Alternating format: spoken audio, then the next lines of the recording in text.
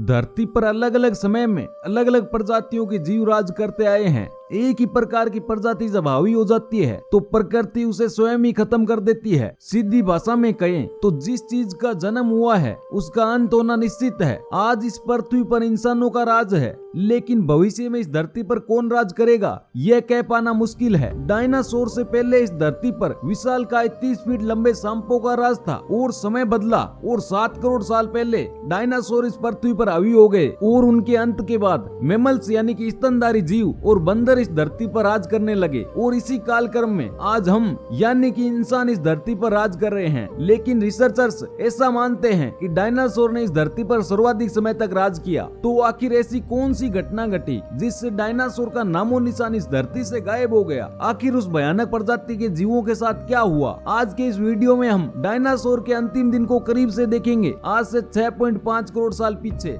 यहाँ आज की तरह 7 निश्चित महाद्वीप ना होकर सिर्फ 3 ही महाद्वीप हुआ करते थे, क्योंकि उस समय पृथ्वी भी अपना विकास कर रही थी और पृथ्वी का यह विकास आज भी जारी है। यहाँ पर डायनासोर अपने परिवार के साथ मजे से रहते थे। इनमें से कुछ डायनासोर उड़ने में भी सक्षम थे और डायनासोर के साथ एक और प्रजाति भी रहती थी जिसे हम मैमल्स कहते हैं, यानी कि स्तनधारी जीव। लेकिन ये स्तनधारी जीव डायनासोर के डर से जमीन के अंदर ही रहते थे। डायनासोर की कुछ प्रजातियां बहुत ही हिंसक स्वभाव की थी तो कुछ प्रजातियां बड़े ही शांत किस्म की थी। अगर उस समय की सबसे सफल प्रजाति को कोई करीब से देखता तो यह कोई भी अंदाजा नहीं लगा सकता था कि यह प्रजाति एक दिन पूरी पृथ्वी से खत्म हो जाएगी। लेकिन नियति को तो कुछ और ही मंजूर था, क्योंकि इनकी किस्मत करीब 10 करोड़ साल पहले ही लिखी जा चुकी थी। क्योंकि बृहस्पति ग्रह के बेल्ट का एक एस्टेरॉइड उसके ग्रेविटेशनल फोर्स को पार कर चुका था, जो अब अनकंट्रोल हो चुका था। वही एस्टेरॉइड एक दूसरे एस्टेरॉइड से जा टकराता है और यह टक्कर इतनी भयानक होती है कि दूसरे पिंड की दिशा बदल जाती है और यह एस्टेरॉइड बेल्ट से निकलकर 25,000 मील प्रति घंटा की रफ्तार से गतिशील हो जाता है। अब आप इसे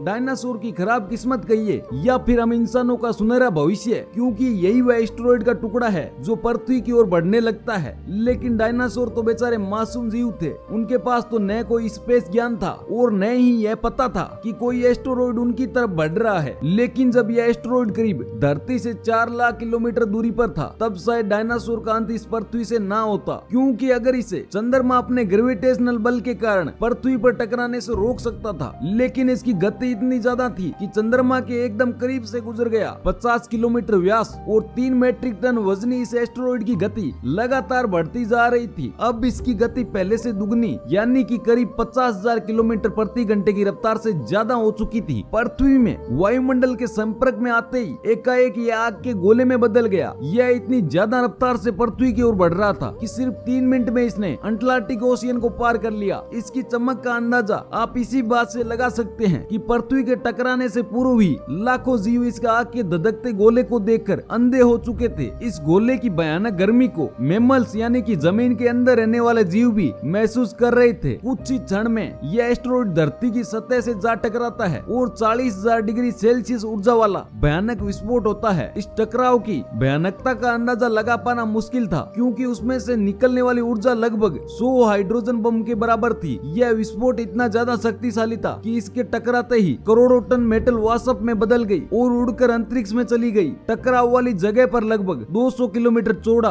और 25 किलोमीटर गहरा गड्ढा बन गया। इस भयानक टक्कर के कारण इतने चौड़े गड्ढे में से जो भी मटेरियल था वो धूल में बदल गया। लेकिन टक्कर इतनी ज्यादा भयानक थी कि पूरी पृथ्वी में लगभग 12 रिएक्टर स्केल जितना भयानक भूकंप उठने लगे और यह पृथ्वी के इतिहास में आज तक का सबसे भयानक भूकंप था। इसी वजह से समुद्र में से खौफनाक लहरें उठने लगी और तबाही के भयानक मंजर ने सारे समुद्र जीवों को झकझोर के रख दिया था। इन भूकंपीय तरंगों ने जगह जगह पर ज्वालामुखी को एक्टिवेट कर दिया था और उस समय लगभग पृथ्वी पर 25,000 ज्वालामुखी एक साथ एक्टिवेट हो गई और उन ज्वालामुखियों ने डायनासोर को जिंदा जलाना शुरू कर दिया। यही था डायनासोर के महाविनाश का असली मंजर, जिसमें डायनासोर जिंदा लाश में तब्दील होते जा रहे थे। उड़ने में सक्षम डायनासोर इन जमीनी खतरों से तो बच गए, लेकिन ये तो महाप्रलय की शुरुआत मात्र थी। जो मेटल टकराव के कारण अंतरिक्ष में गया था वो वापस ठंडा होकर पृथ्वी पर गिरने लगा। ये मेटल के टुकड़े बारिश की तरह एक साथ वापस धरती पर गिरने लगे और जिस भी चीज पर गिरते उसका नामो निशान धरती से गायब कर देते। लेकिन यह तो महाप्रलय की शुरुआत मात्र थी, क्योंकि उस समय पूरी पृथ्वी आग से धधक रही थी और पृथ्वी के दूसरे छोर पर आग की लहरें उठने लगी, जिसने अपने चपेट में आने वाले सारे जानवरों को एक ही सेकंड में ढेर में बदल दिया। और पेड़ पौधे तो मानो इस धरती पर कभी थे ही नहीं। इस भयानक टक्कर से धरती का तापमान लगभग 150 डिग्री सेल्सियस तक पहुंच गया था। यानी कि अगर टक्कर से डायनासोर बच भी गए तो इस तापमान में जिंदा नहीं रह सकते थे। अब पूरी पृथ्वी पर रेडिएशन के बादल छा चुके थे, यानी कि सूर्य का प्रकाश अब सीधा